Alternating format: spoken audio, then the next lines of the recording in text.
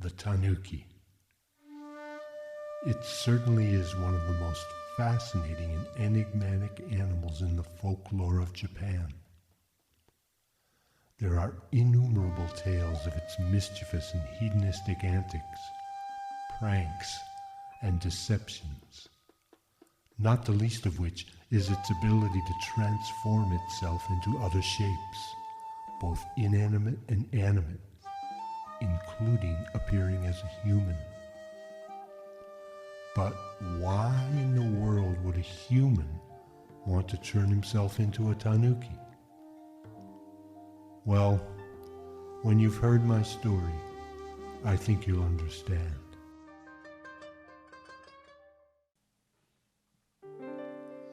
I was born on the coast of the Sea of Japan, in the quiet fishing village of Nabune, on the Noto Peninsula in Ishikawa Prefecture.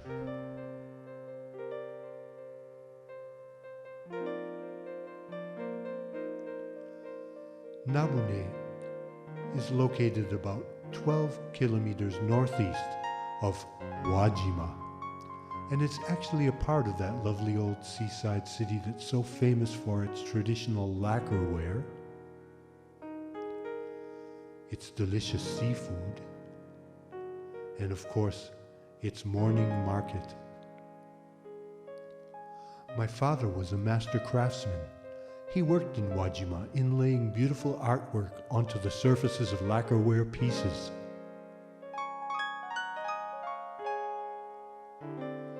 My mother helped our friends and relatives in the selling of their catch of the day at the Wajima morning market. As for me, well, I guess I was still just a pretty normal schoolboy at that point.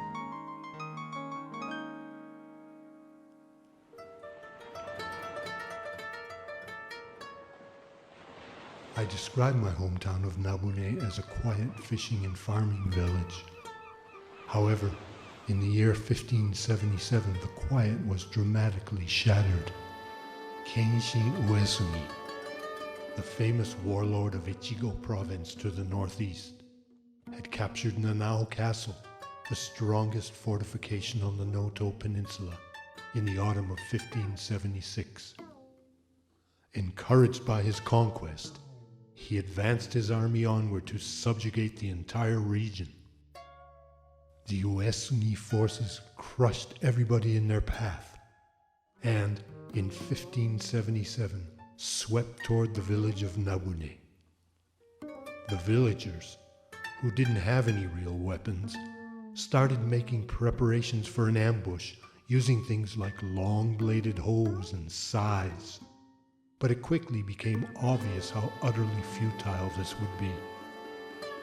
Nonetheless, they were driven by their burning resolve to defend their homeland, and so they asked their wise village elders what they should do.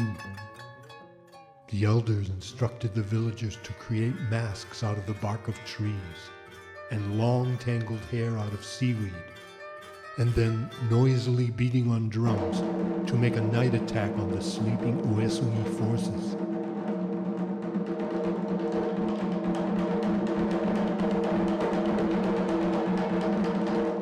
It is said that the Uesumi forces, shocked and terrified by this nocturnal freak attack launched by unbelievably grotesque monsters shrieking and beating their battle drums, dispersed and fled without even putting up a fight.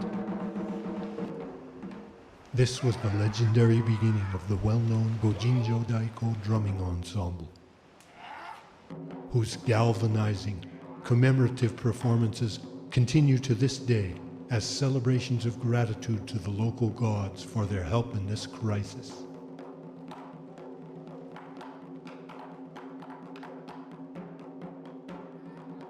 As a young boy growing up in Nabune, I was absolutely enthralled by this story. Of course, at that age, I had never heard the word shaman, but I did believe in my heart that this was not simply a matter of brave villagers dressing up in scary costumes and ferociously beating drums, but rather the monster demons themselves being summoned by the protective goddess Okitsuhime of Heiguda Island, about 45 kilometers off the coast, in order to possess the villagers and turn them into hideous agents that could drive off the enemy and save our home. In fact, I would often have vivid dreams about these demon drummers.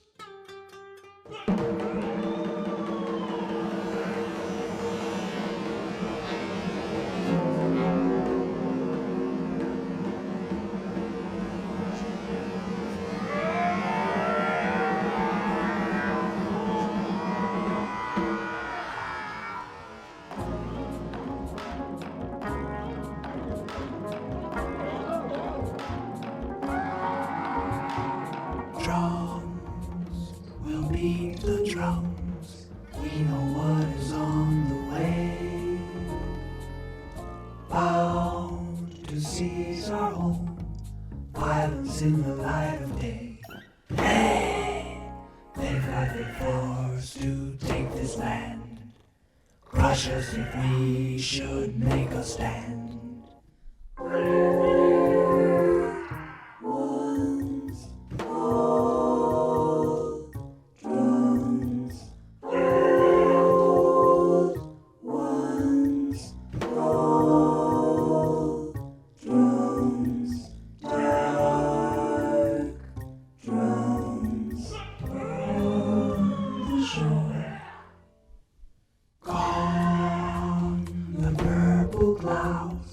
Blackened by the midnight waves, pounding in the surf, all around our heart and safe.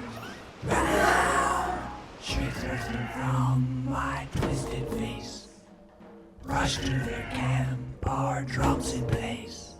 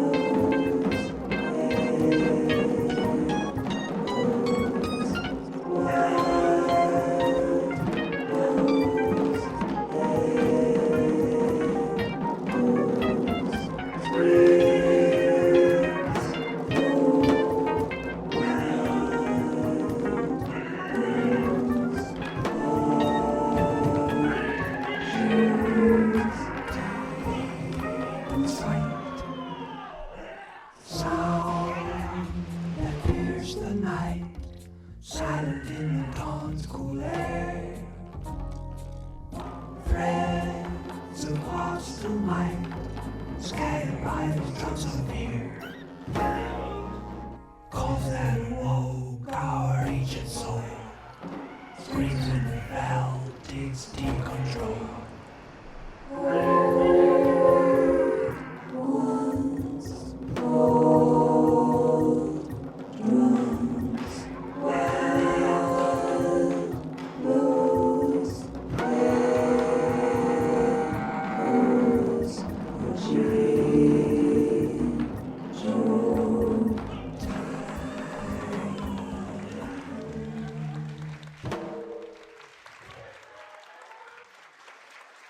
You can easily imagine how my dreams became my reality. For as long as I can remember, all I wanted was to learn how to play taiko and become one of those awesome demon drummers. This special tradition can only be passed down to those who were born in the village of Nabune. My right to be able to qualify made me very, very happy.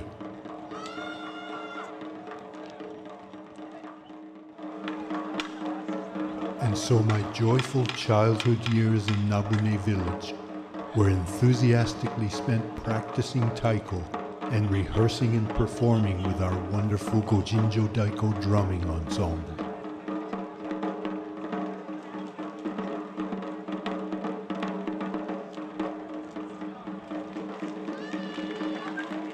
Benkyou to shokuji to taiko to nani ga ichiban suki desu ka? Taiko desu. One day, on my way home from a rehearsal along my usual path, something very strange happened.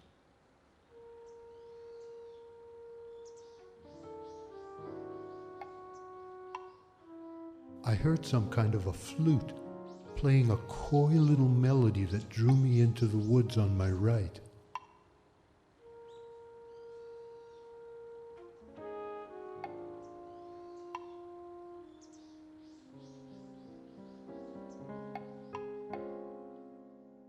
When I peered through the bushes, there was something moving back in the trees, but then it vanished.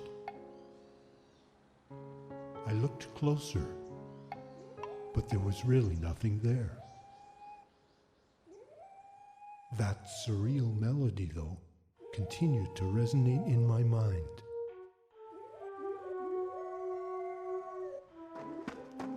I dashed up the last part of the pathway and back to my house with an intense urge to try to poke out that melody on my elder sister's piano.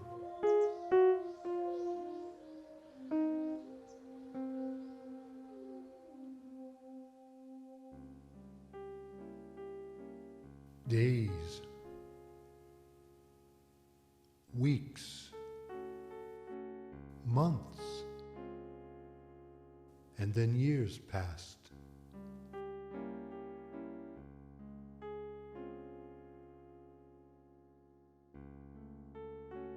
Life went on, and although that mysterious melody always seemed to be there in my dreams, I didn't actually hear it again in the outside world until I had become a student at Wajima High School. This time, though, it wasn't just a flute.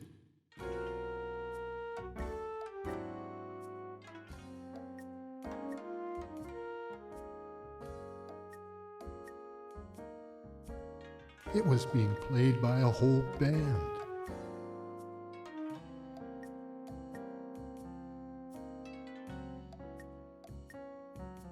But there was no one in the rehearsal room.